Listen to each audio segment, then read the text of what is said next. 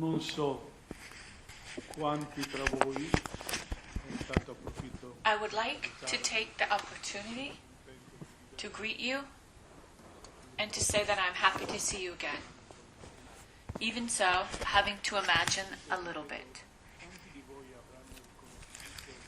I don't know how many of you could tell me the title of the very beautiful hymn that Father Luke made that was once familiar to us.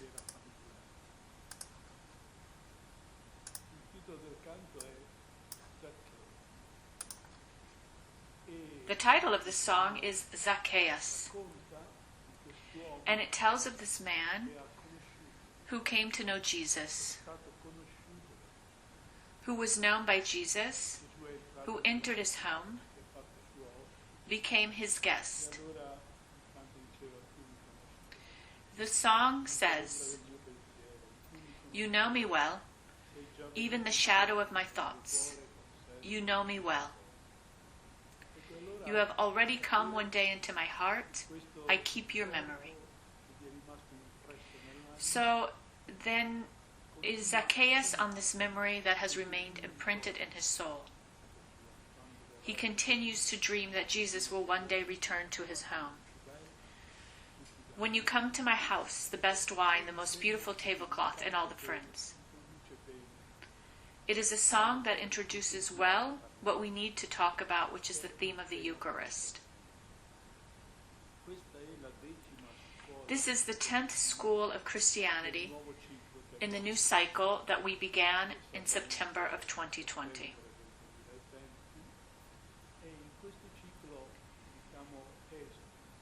This cycle has a title that is significant, and also from the point of view of method, it is essential. We have entitled it, "From Christ to Us."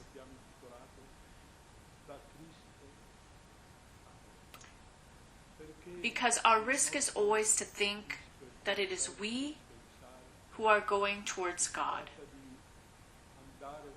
towards the other, towards Jesus. That the problem is our path. It is as if a child that thinks his problem is having to go to his mother without getting hurt, without falling, without getting distracted. That's important, sure.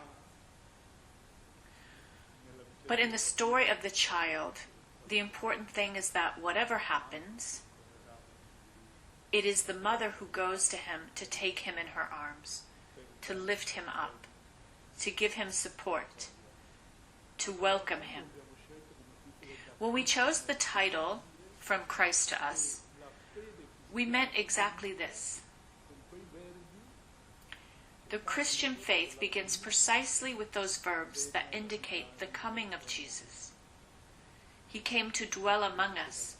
He came down from heaven.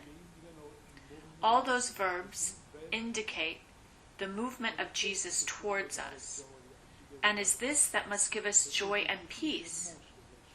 Because if Jesus moved from his heaven, from his immenseness, infinite divinity, to come down among us, then we know that whatever may happen, we could never draw the consequence, "I missed the meeting." Because he came precisely so that the meeting could take place in any situation, even in the most delicate, even in the most traumatic ones, perhaps because of our frailties and weaknesses. We have meditated on various themes, but we have come to the point where in this coming of Jesus to us, there is the moment when we meet, when we are facing each other.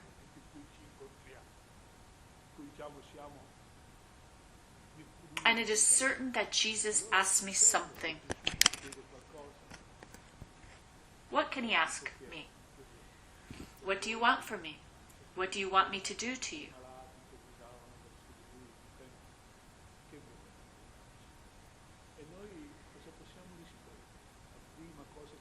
And he said to the sick who cried out to him at one time, and the thing we can ask him is what truly expresses our whole being, our whole infinite human need. Lord, I want to live, I want life. So we come at the moment when Jesus answers and says, I am life.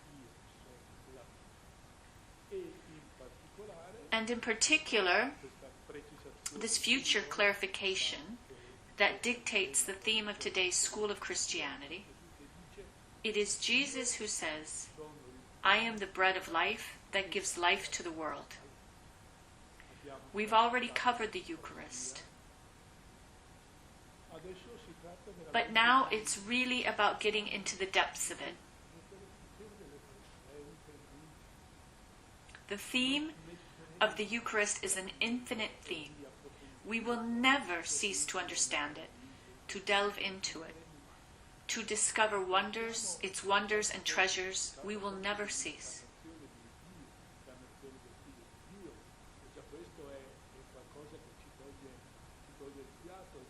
Let's just think about this. It is about the incarnation of God, of the Son of God, and this alone takes our breath away. So immense is what happens. But when this becoming flesh is that I become flesh to come and dwell with you, to be the Emmanuel, the God with you. But when the Son of God chooses to be not only a person you can meet, who in a given moment of history acts, explains, realizes salvation, he dies for you. Not only this, but the humble, the most humble word, bread. Like the bread that a friend puts on the table and says, look, when you are hungry, when you need to eat, when you need to feel alive, here is the bread. But remember, this bread is me.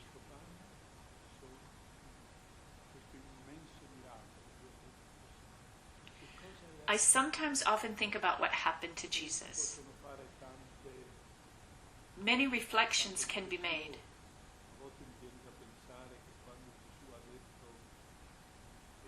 I think that when Jesus described himself as a grain of wheat that must be sown,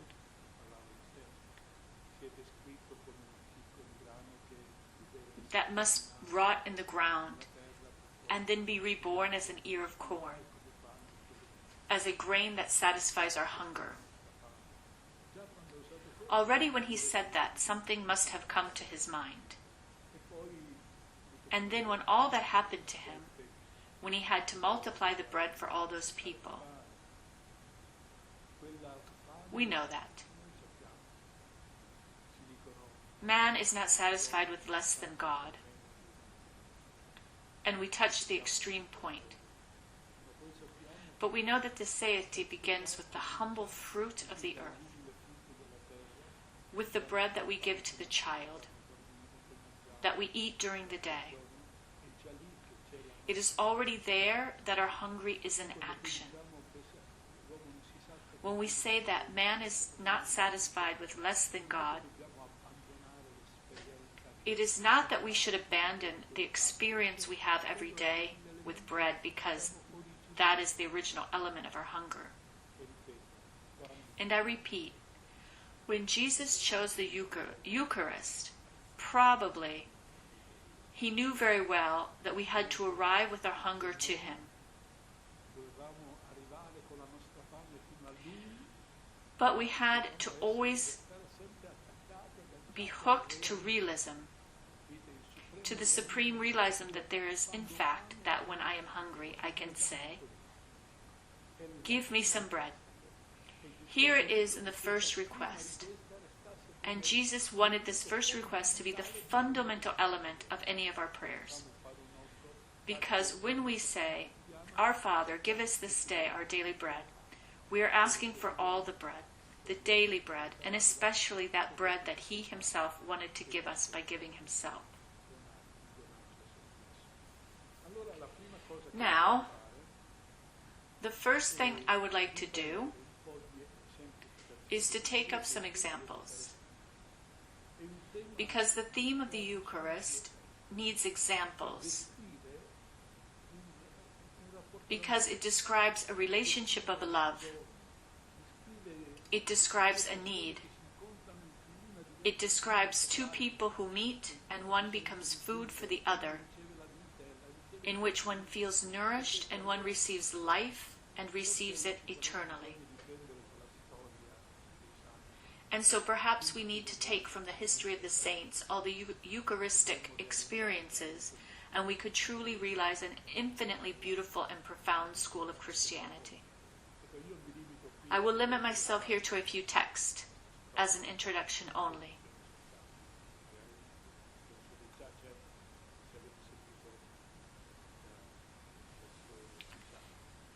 The first person who comes to mind is Saint Elizabeth Satan.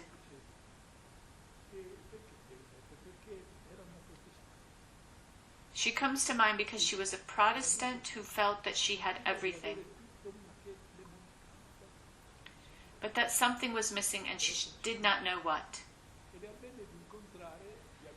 She happened to live next door to a Catholic family, and when she discovered that they lived for the Eucharist, for Holy Mass, she wrote,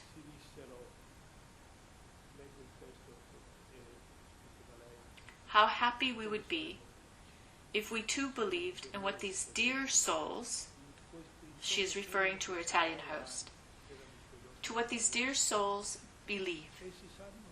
They know that they possess God in the sacrament, that He dwells in their churches, and that He comes to them when they are sick."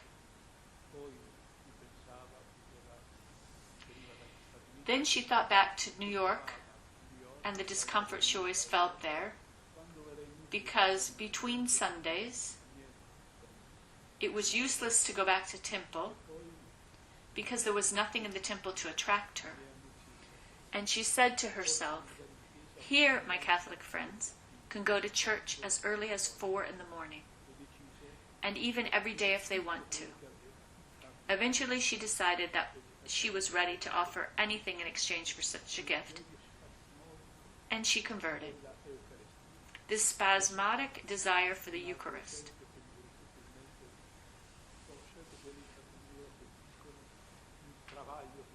Another example that comes to mind, I choose that those that say deep travail of soul and heart, but find in the Eucharist resplendent answer, is Saint Damien de Worcester in the leper colony of Molokai, believed to be the hell of the living, where the sick were fed to pigs, a hell.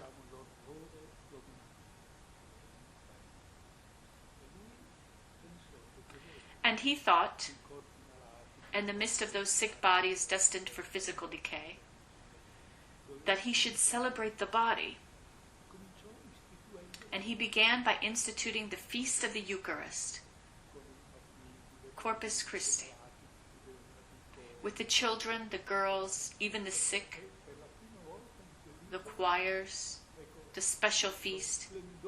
Behold, for the first time on that island, the splendor of the body of Christ, made into bread, made into adorable body.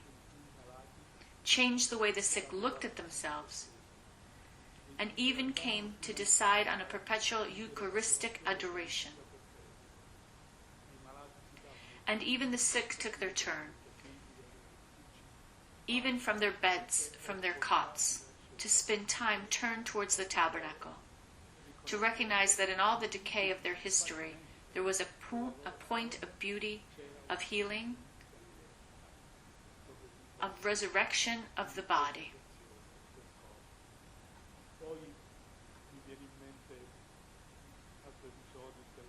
Then I am reminded of Saint Teresa of the Child Jesus.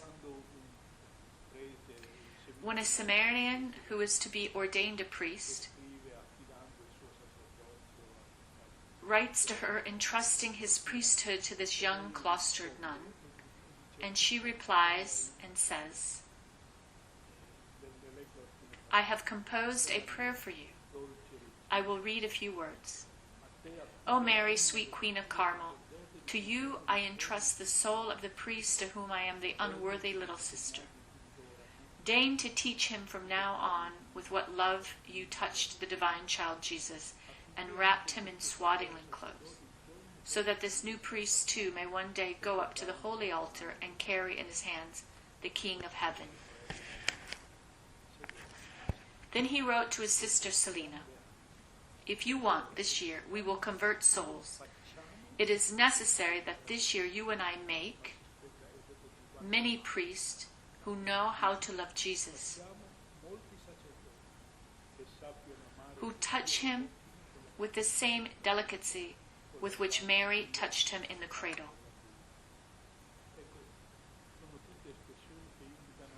These are all expressions that indicate not only a devotion, but something that grabs the heart and makes it quiver. I think of Edith Stein saying that through the Eucharist, which has become our daily bread, the mystery of Christmas is fulfilled every day that we have just celebrated.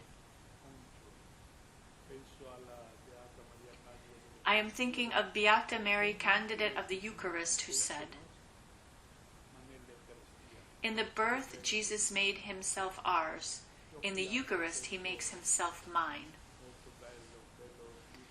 And I also have here the very beautiful text of Van Tuan, when in the prison camp he first manages to get some wine and a piece of bread and begins to celebrate Mass. And little by little, the whole camp feels this presence, and even conversions happen. When we read that it is good for us, in the re-education camp, we were divided into groups of 50 people. We slept on a common bed. Each person had the right to 50 centimeters. We managed to have 5 Catholics with me. At 9:30 p.m., we had to turn off the light and everyone had to go to sleep. At that time, I would bend over the bed to celebrate Mass from memory and distribute communion by passing my hand under the mosquito net. We even made bags out of cigarette packet paper to keep the Blessed Sacrament and take it to others. Jesus in the Eucharist was always with me in my shirt pocket. Every week there was an indoctrination session in which the whole camp had to participate, partly indoctrination. At break time, my Catholic companions and I would take the opportunity to pass a small bag to each of the other 4 groups of prisoners. They all knew that Jesus was in their midst. At night, the prisoners took turns in adoration. The Eucharist Jesus helped in an unimaginable way with his silent presence. Many Christians returned to the fever of faith. Their witness of service and love had a growing impact on other prisoners.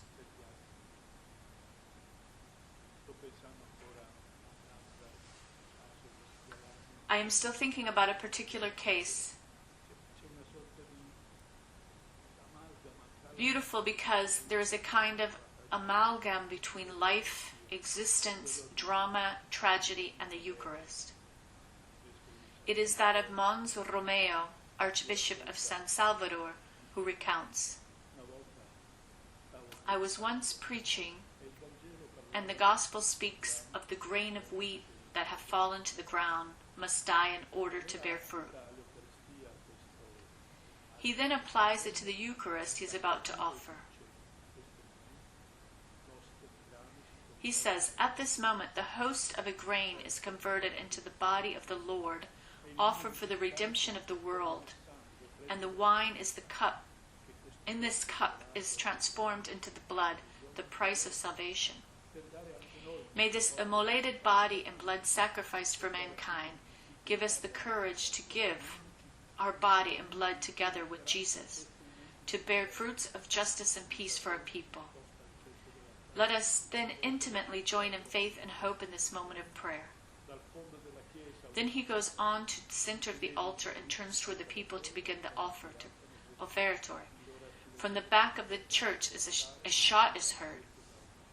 The frightened faithful throw themselves to the ground. When they get up, they see their archbishop fallen at the side of the altar, hit in the chest by a high fragmentation armed bullet. Falling with his hands still clinging to the corporal, Romeo has dragged over his body the wine and host, which he was supposed to consecrate. It seems like an elaborate theatrical scene, but instead it is an event in which the Lord speaks, that this is how the Eucharist speaks. I have so many episodes.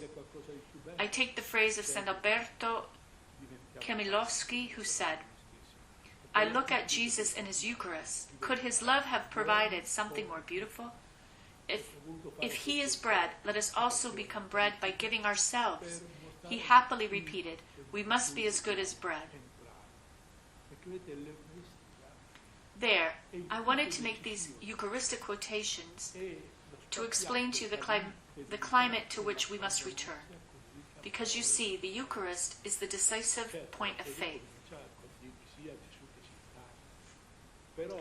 It is, in fact, the watershed between unbelief and abandonment to the one who has words of eternal life. Certainly, faith begins by saying yes to Jesus, who becomes incarnate. But when this Son of God, who becomes incarnate, decides to become a thing, a piece of bread, something happens. An infinite distribution in times, places, situations.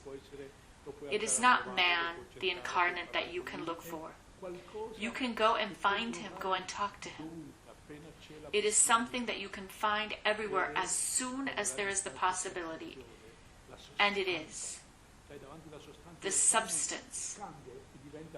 You are looking at the substance of the bread that changes and becomes the substance of the body of Christ. Theology will tell us that everything that exists was made for him, by him, that Jesus is the origin of all creation. This immensity, as soon as you see it in the fragment of the Eucharist, then it really takes your breath away.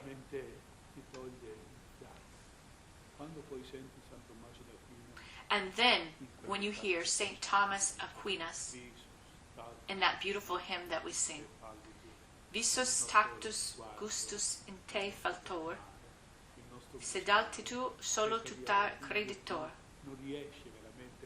Sight, touch, taste cannot reach as far as you, but we firmly believe everything you have told us. What we can do is touch, see, and then perceive the taste of Jesus' presence in our lives that makes our lives full of wisdom, of flavor.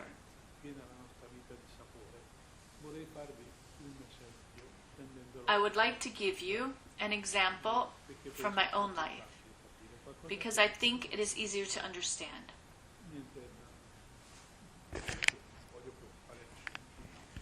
Something happened to me just today. I wasn't feeling too well. Nothing to worry about. I had some fatigue, old age. And so I was wondering, should I ask someone to give me some medicine, something? But then I thought, how come I don't think of Saint Teresa of Avila's way of reasoning? She had illnesses. She was not well. And it often happened to her that she felt that the Eucharist affected her health too.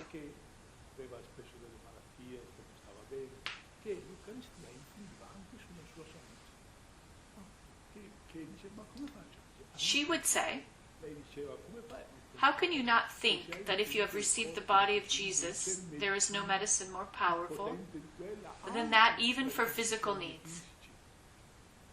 And I thought, that never occurs to me. But it's not because you have to have a magical vision of the Eucharist, but that it can at least come to your mind.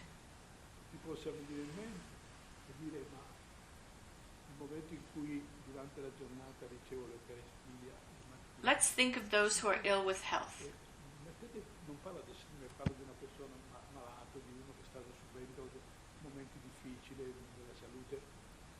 Let's think of those who are ill with health. How come it never occurs to the Christian that anyway, the strongest medicine I can take, if the Lord wants in the freedom of His grace, is the Eucharist?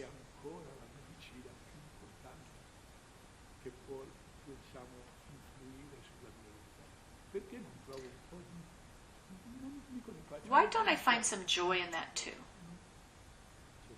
I am a priest. I do Mass every day. I should think of the Eucharist as that moment when everything my soul can desire, my body can desire, the need I have is satiated.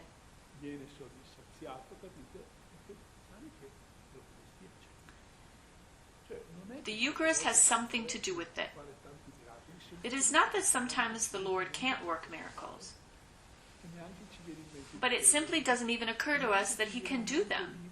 And it doesn't even occur to us to ask Him or to place us in the point in history where we are aware that His humanity is touching our humanity.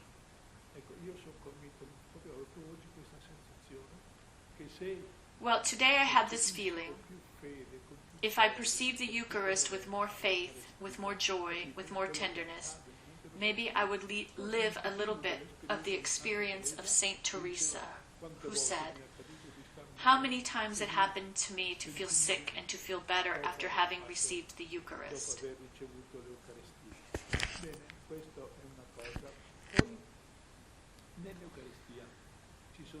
In the Eucharist, there are many mysteries that are intertwined and that can make our faith mature. I will give an example. The other day I was thinking, what is the saddest verb in the whole story of Jesus?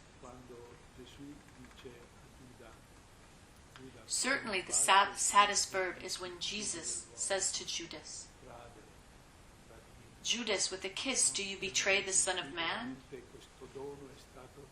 Betray. To betray is the moment that caused Jesus' death. But do we think about it that the Gospel chooses to use always the same verb when speaking also of the Father? Tradidi filium sum pro nobis, where the verb betray, not in the sense of betrayal, but in the sense of handing over, of giving, of making available. Then the action of Jesus, who He handed Himself over. Jesus on the cross, when He expires, and when we received Him, it is of a beauty, of a depth, to see that the same verb, in its extreme hardness of human wickedness, and in its extreme beauty of divine action, expresses the same fact. There was no need to go into the vocabulary and look for particular verbs. The same verb says the whole great mystery.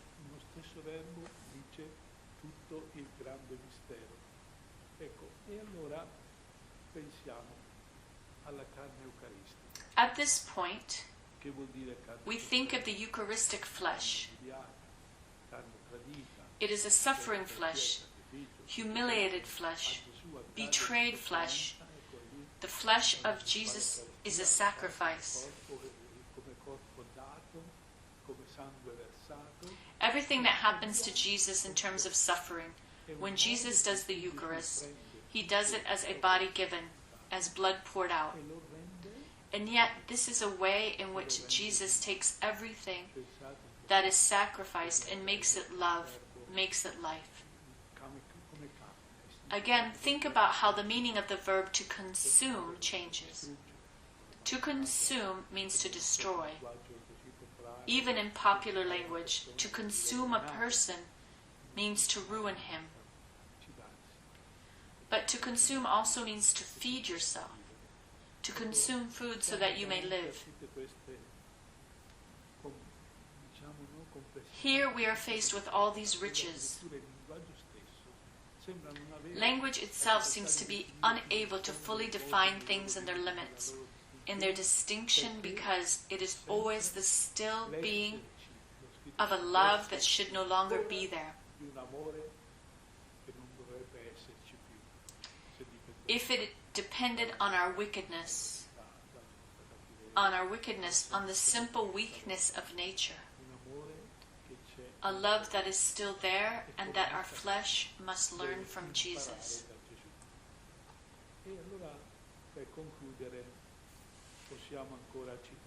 To conclude, we can still quote something of St. John Paul II, who left us this beautiful testimony. I always remember it because he had to speak to young people during a World Youth Day.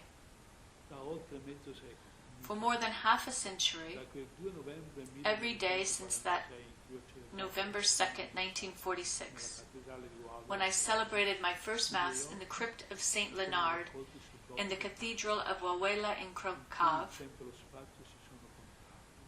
my eyes have been focused on the host and on the chalice in which time and space have somehow contracted, and the drama of Gothgola has come alive again, revealing its mysterious contemporaneity. Every day my faith has been able to recognize in this consecrated bread and wine the divine wafer who one day stood beside the two disciples of M.E.C to open their eyes to light and their hearts to hope. Then he continued, "It is beautiful to spend time with him and bent over his breast like the beloved disciple, to be touched by the boundless love of his heart. How can we allow ourselves a renewed hunger to linger for a long time in a spiritual and conversational way, in silent prayer, in an attitude of love before Christ present the Blessed Sacrament? How many times, my dear brothers and sisters, that I have had this experience and found strength, consolation, and support." So to the young people he explained, the Eucharist is above all this awareness. I am loved, I am loved, I am what I am. To say that this strength of foundation, which you need so much, begins with this awareness of being loved. If someone loves me, I am safe. He was speaking to young people. Think about this instinct that exists even in children. I am strong, I am capable. Here in the Eucharist, the moment in which the conscience is nourished by this certainty.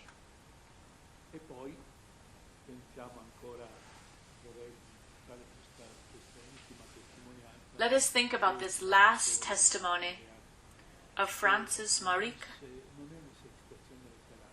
who said that it is not a literary exercise, but a prayer, a rare prayer among even Christians. Since the author asked God to be able to find in the Eucharist bread the friend, the only and necessary one to be able to die with the certainty of being embraced. And he says, "May the Lord grant us the grace not to die without the Vactio, to enter the mystery of death with the only friend who can cross the threshold with us. May we be given the grace to find beyond the darkness the one who lowers himself to the point of uniting his flesh, his blood, and his dignity to a body already almost corrupt and 3/4 destroyed. May he hear our imperceptible sob, the last one, the one that no ear in the world will ever be able to hear. May he receive on his adorable face the last breath that will not succeed in tarnishing even the mere resting on our lips.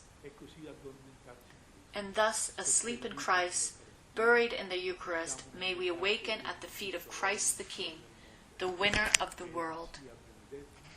And may he be blessed for our immense patience in not dying alone." You see, it is a literary text, if you will, but one of incredible beauty.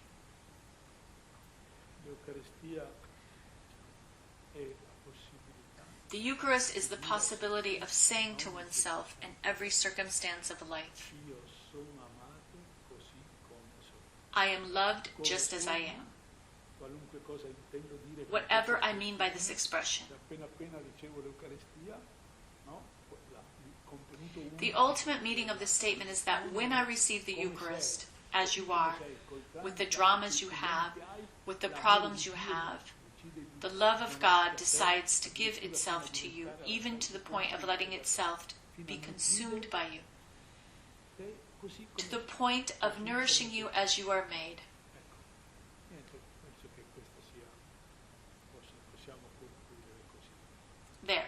I think we can conclude like this.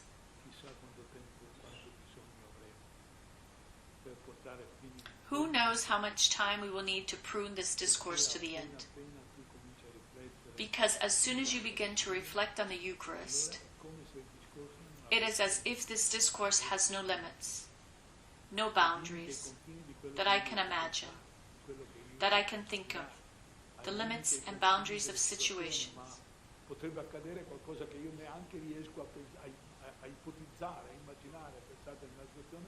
Ecco, l'Eucaristia è quel discorso tra me. The Eucharist is that discourse between me and Jesus to which you cannot put any limits. Che qualunque cosa accada Because whatever happens between me and Him, tra me e la realtà, tra me between me and reality, e gli altri, qualunque cosa between me and life, between me and others, lui ha deciso He has decided to go beyond that limit. di dare Eucaristia significa He has decided to be there.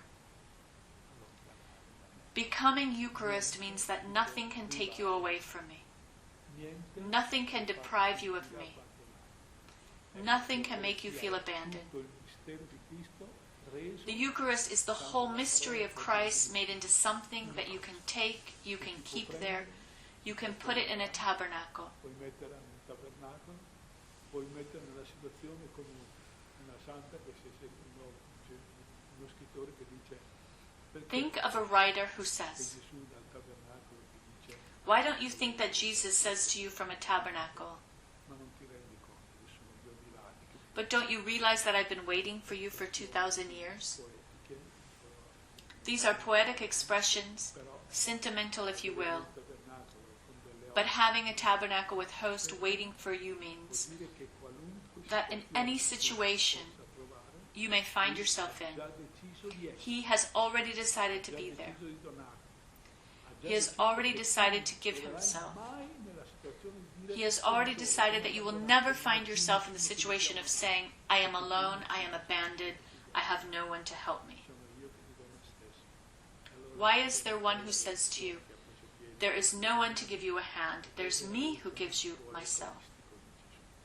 mettendo assieme cuore di Gesù e l'Eucaristia. And so there is a beautiful devotion that has caught on in recent years, which is the devotion to the Eucharist heart of Jesus, putting together the heart of Jesus and the Eucharist. Dal non amore. Here it is Jesus' choice to be beyond all limits, that you can never feel squeezed by non-love, but always embraced by a greater, Poi, dato che non ho fatto anche la but always embraced by a love that is greater, and for this we must thank Jesus. And then we remember, even if we haven't mentioned her, che ha portato Gesù Our Lady, our Mother, e che who carried Jesus in her womb, generated him, Eucaristia, la Madonna, and who always assists us when we approach the Eucharist. chiuci il cuore, la mente, Our Lady is always there to guard us, cuore, to sweeten our hearts, certezze, our minds, le certezze, and to guard in our hearts, in our minds, these certainties. They are the certainties of those who have loved and those who know they are loved in any circumstance. Humanly, we know it with our Father and with our Mother and our loved ones. With Jesus, we know it is starting from His Eucharist. Praise be Jesus Christ.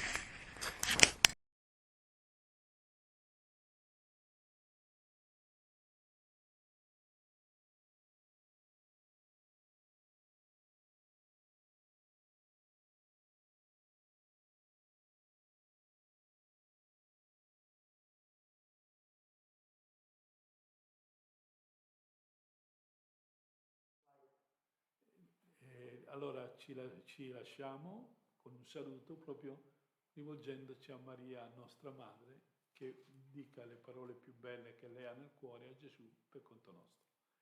Ave Maria, piena di grazia, il Signore è con te. Tu sei benedetta tra le donne e benedetto è il frutto del tuo seno, Gesù. Santa Maria, Madre di Dio, prega per noi peccatori, adesso e nell'ora della nostra morte. Amen. Regina e Madre del Carmelo, prega per noi.